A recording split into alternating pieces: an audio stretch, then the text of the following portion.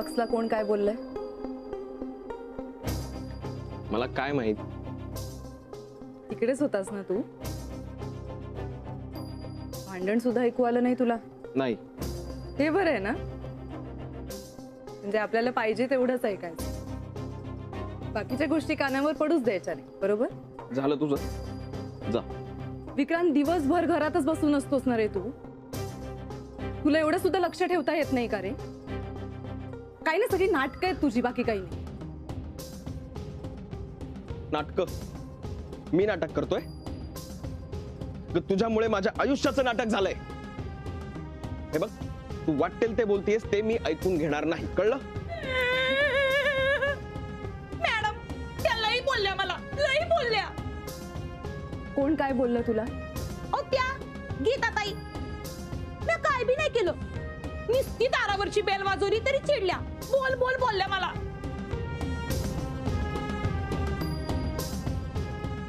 Did you hear that? या घरातल्या लोकांना पद्धतच नाहीये का बोलायची? कोणाशी कसं बोलायचं हे कळत नाही का? मोनिका, तू हिला प्लीज समजावा, नीट बोल म्हणून. बघा बघा कशा बोलतात त्या. आता मी काय बोलले तरी का? तू काही बोलूच नकोस ग. तुला ना कसलीच रीत नाहीये वागायची. अगं, घरात गाणी गात असते, तारस्वरात बोलत असते. तू काय स्वतःला घराची मालकीण समजतेस? एक मिनिट गीता काकी, मी मालकीण आहे तिची, त्याच्यामुळे माझ्या समोर तिच्याशी या पद्धतीने बोलायचं नाही. मला आवडणार. या घरातल्या प्रत्येक माणसाशी तुम्ही छान बोलताना, गोड बोलताना, मग तिच्याशी का बोलत नाही? कारण ती तशीच आहे. तिला जरा नीट वागायला शिक. माझा जर का तोल गेला ना तर मी काहीही करेन.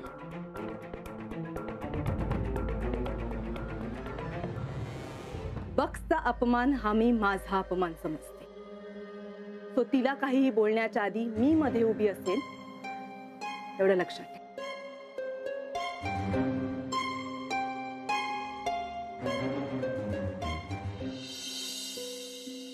ए मानसी, मला तुला एक विचारायचं होतं. तू लहान मुलांची डॉक्टर आहेस, म्हणजे ईशाला सांभाळणं तुला सोपं जातं का? म्हणजे तू डॉक्टर होताना लहान मुलांची सायकोलॉजी शिकली असणार ना, मग ते सगळं ज्ञान वापरून तुला ईशाला सांभाळणं सोपं जातं. कसं आहे ना, लहान मुलांचे जे मूड स्विंग्स असतात, त्यांना जे आजार होऊ शकतात, या सगळ्याचा आम्हाला अंदाज असतो. त्यामुळे नॉर्मल आयांसारखं घाबरून जायला होत नाही. आणि मूड स्विंग्स काय फक्त लहान मुलांमध्ये दिसत नाहीत ग, ते मोठ्यांमध्येही आढळतात. मला ना सध्या ईशा आणि विक्रांतच्या मूड स्विंग्स मध्ये खूप साम्य दिसतंय. विक्रांत म्हणजे जे डिप्रेशन मध्ये? हो हो, तोच. म्हणजे विक्रांतचेही मूड्स तसेच सांभाळावे लागणार का? म्हणजे डिप्रेशन मध्ये असलेले पेशंट्स लहान मुलांसारखे वागतात? अगदी तसंच नाही, पण वागू शकतात. म्हणजे कसं आहे, लहान मुलं कसे अचानक मूड बदलतात, कधी चिडतात, कधी रुसतात, कधी हसतात, कधी अगदी शहाण्या मुलासारखे वागतात, तर कधी सैर भैर होऊन जातात. बापरे, कसं सांभाळणार ग तू? काही नाही ग, मी हे सगळं एक पीडियाट्रिशियन म्हणून ऑब्झर्व केलंय.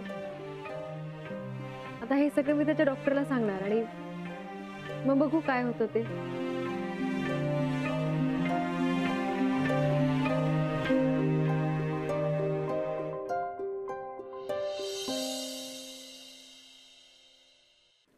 आता मी तुला एक होमवर्क देणार आहे. पुढच्या वेळी येताना तो करून आणायचं. लहानपणी तुझ्या शाळेतले आवडते मित्र कोण होते? बिल्डिंग मधले आजूबाजूचे आवडते लोक कोण होते? यांच्याबद्दल आठवणी लिहून काढ. एक आठवडा आहे तुझ्याकडे. जे काही आठवेल ना ते सगळं लिहून काढ. अगदी जितकी पानं होतील तितकी होऊ दे. तुझ्या लहानपणीच्या चांगल्या आठवणी आपल्याला हव्यात. जमेल ना? आठवणीने करून यायचा होमवर्क.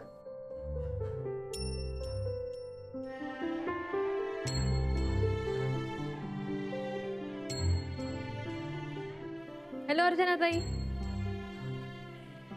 मी बाहेरच वाट बघत होते अपॉइंटमेंट संपण्याची. मानसी बस ना. नाही बसत नाही. नेक्स्ट पेशंट वाट बघतोय. ताई मला फक्त एक गोष्ट तुझ्या कानावर घालायची होती म्हणून मी आले. कोण विक्रांतबद्दल का? हो, त्याच्याबद्दल आणि ईशाबद्दलही. ईशा म्हणजे माझी मुलगी. म्हणजे मोनिकाची असलेली आणि विक्रांतची नसलेली मुलगी. बरोबर. तर मी असं ऑब्झर्व केलं ताई की दोघांच्या बिहेवियर मध्ये खूप साम्य आहे. साम्य म्हणजे कशाच्या बाबतीत? ईशा कधी कधी तिच्या वयाप्रमाणे हट्ट करते, रडते, रुसते, फुगते, चिडते. तिचे ते मूड स्विंग्स जे मी बघितलेत ना, तसेच मूड स्विंग्स मला विक्रांत मध्ये दिसले. म्हणजे कधी कधी तो अगदी लहान मुलासारखा वागतो, तर कधी कधी नॉर्मल असतो. करेक्ट, असंच असतं. काय ना मानसी, लहान मुलांच्या बाबतीत त्यांना कधी कधी काही गोष्टी सुधरत नाही, म्हणजे कळत नाही. आणि मग अशा वेळेस कोणावर विश्वास ठेवावा हे त्यांना कळत नाही. मग ती कन्फ्यूज होतात. आणि नेमकं हेच डिप्रेशन मध्ये गेलेल्या मोठ्या वयाच्या लोकांमध्ये सुद्धा दिसून येतं. हो, आय सी.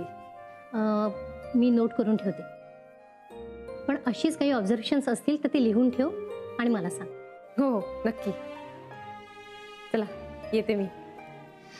मानसी, एक काम करशील, माझा नेक्स्ट पेशंट आत पाठवशील? हो डेफिनेटली.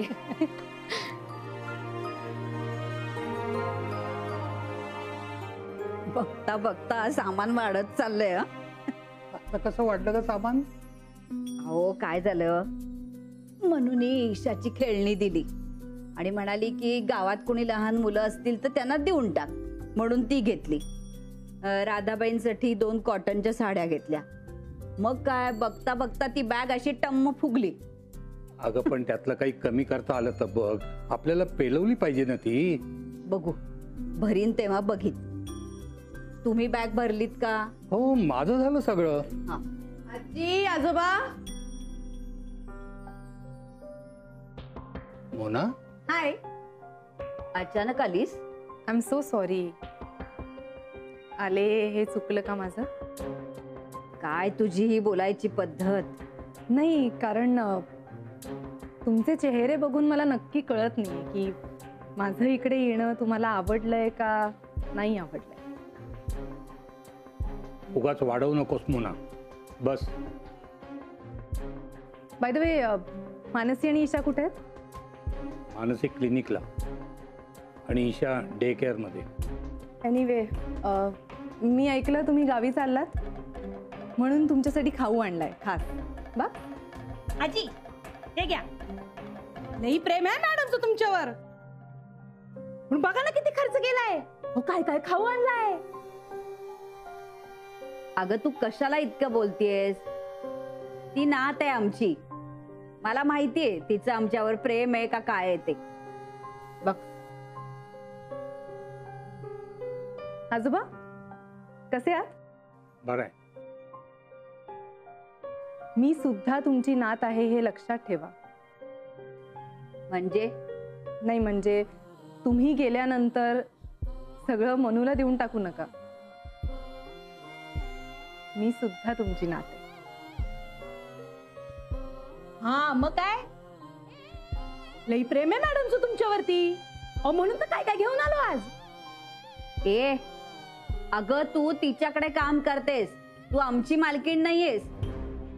तू हे ऐकवू नको आम्हाला. बॉक्स काय ग, हे इतकंच सांगायला आली होतीस? नाही, फक्त एवढी आठवण करून द्यायला आले होते की मी सुद्धा तुमची नात आहे. खाऊ नक्की घेऊन जा. निघूया आता.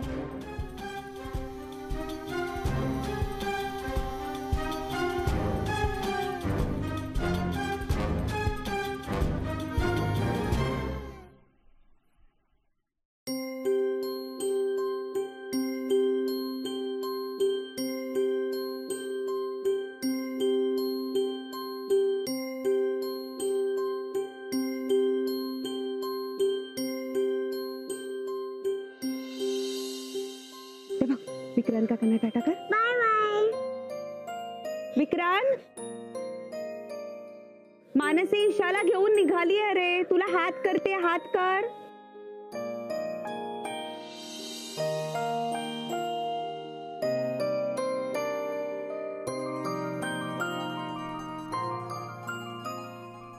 अरे आपण मित्र आहोत ना. होतो, आपण मित्र होतो.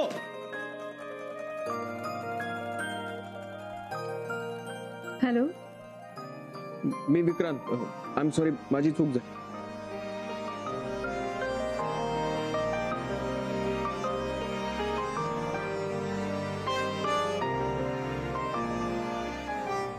मम्मा नको जाऊस.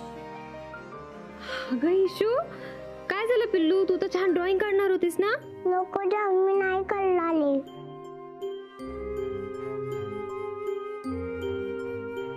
मम्मा मला सांगितले कोटला कलर देऊ, ब्ल्यू की येलो. इशू बेटा, मम्मा काम करते ना महत्वाचं. तू एक काम कर, तू पण आता तुझं काम कर. हा, मी नंतर तुला सांगते. Okay, no problem.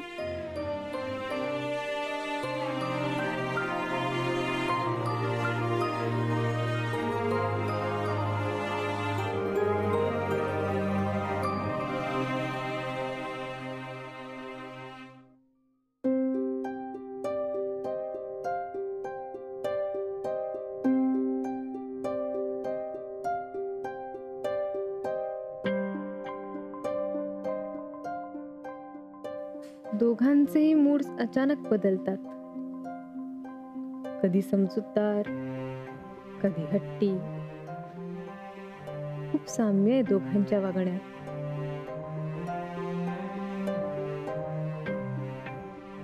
वय वेगवेगळं असलं तरी वागणं बरंच एकमेकांसारखं, एकाच वयाचं. आय थिंक यापुढे मला मोनिकाच्या एक नाही 2 मुलांना सांभाळायचंय. एक ईशा आणि दुसरा विक्रांत.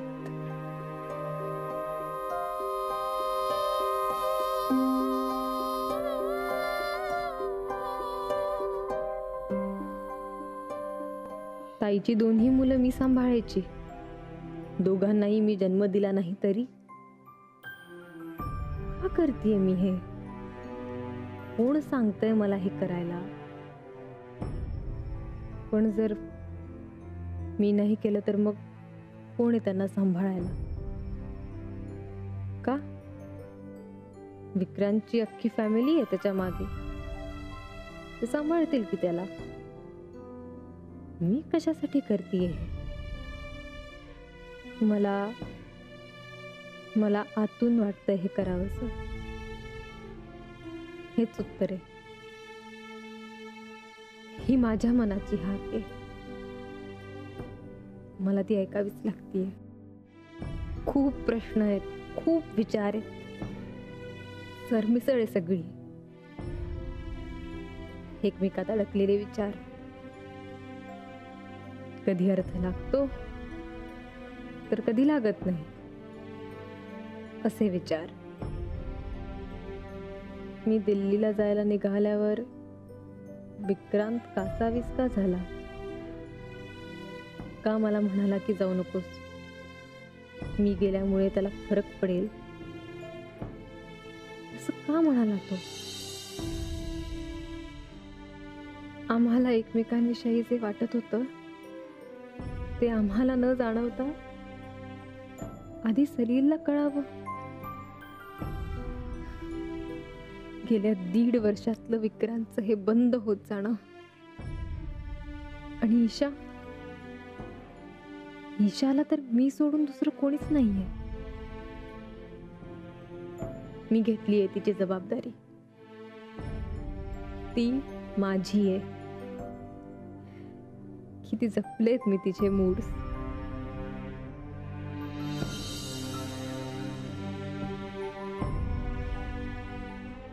आणि विक्रांतचे आत्ताचे मूड सुद्धा पटापट बदलतात. कधी घुमा, कधी आनंदी, कधी चिडका, कधी रुसलेला, कधी हुशार, कधी ब्राईट, तर कधी मलूल. या दोघांचंही इथून पुढे आयुष्य घडवायचं तर मला काय करावं लागेल? त्यांचं मन व्हावं लागेल. पण ते सोपं नाहीये. प्रयत्न करून बघायला काय हरकत आहे?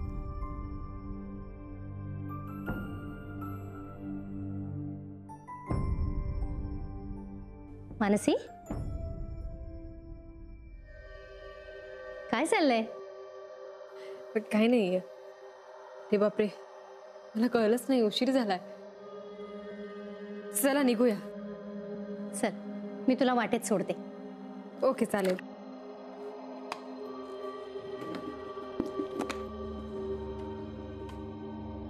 निघूया.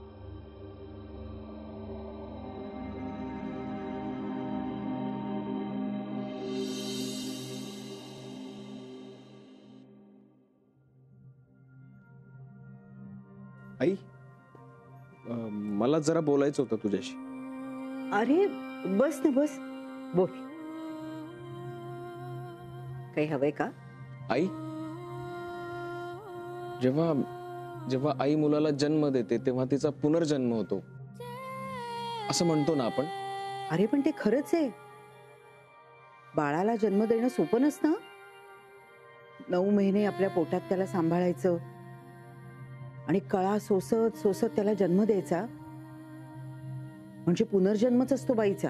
हा, त्या पेशंट म्हणजे परवा निर्मला आत्याने एक इमर्जन्सी सीझर ऑपरेशन केलं. तर त्या पेशंट मला हात जोडत होत्या. त्या खूपच इमोशनल झाल्या होत्या. का झालं असेल असं? अरे तू एवढा मोठा डॉक्टर, तुला अनुभव असेलच की. एवढा मोठा गायनोकॉलॉजिस्ट तू, आता मी काय सांगू? हो, मला अनुभव आहे, पण तो डॉक्टर म्हणून आहे ना. आईला काय वाटतं हे मला नाही कळू शकत. तू सांग ना. तुझ्या जन्माच्या वेळचा अनुभव सांगते. वंस जेव्हा ते एवढंसं बाळ हातात घेऊन माझ्या समोर आले ना, तेव्हा त्या बाळाकडे पाहून असं वाटलं की आता आयुष्यातला प्रत्येक दिवस फक्त याच्यासाठी जगायचं. एक नवी उर्मी मिळाली मला. आयुष्याला अर्थ आल्यासारखं वाटलं. आई, आणि आता मी मोठा झालोय हे पाहून तुला कसं वाटतं? खूप समाधान वाटतं. पण ज्या बाळासाठी मी आयुष्यातला प्रत्येक दिवस जगले, त्या बाळाची ही अवस्था पाहून, त्या बाळाची ही अवस्था तुला पाहवत नाहीये असं म्हणायचं. आई, मोनिकाला काहीच कसं वाटत नाही. ईशाबद्दल तिला काहीच कसं वाटत नाही. मला ना तिचं काही कळत नाही बाबा. मी जातो. अरे कुठे चाललास? बस ना. मोनिका बद्दल हा विचार आला ना की माझं मन सैरभैर होत आहे. मी जरा बाहेर जाऊन येतो.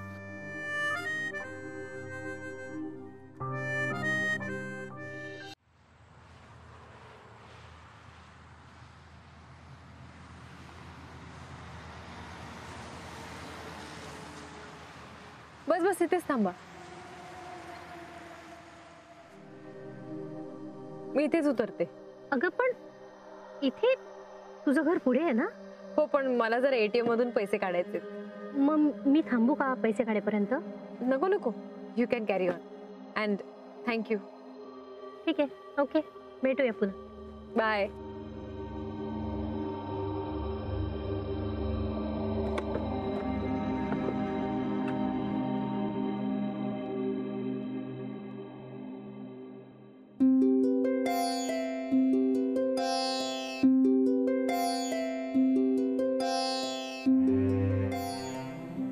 मैडम, नमस्ते. नमस्ते. कितने सालों बाद? हाँ, मैं यहाँ नहीं थी, मैं दिल्ली में थी. अच्छा, कॉफी दूं? नहीं, अभी नहीं. अभी दूसरा काम है, फिर कभी. ओके.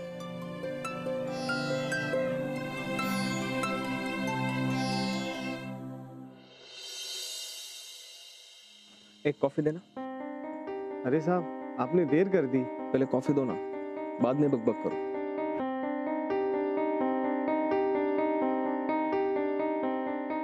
अरे साहब थोड़ी देर पहले आते तो वो मैडम आई थी जो आपके साथ हमेशा कॉफी पीने आती थी। कहाँ गई? वो मैडम पर्स में से एटीएम कार्ड निकालते समय मैंने देखा, शायद एटीएम में गई रहेंगी।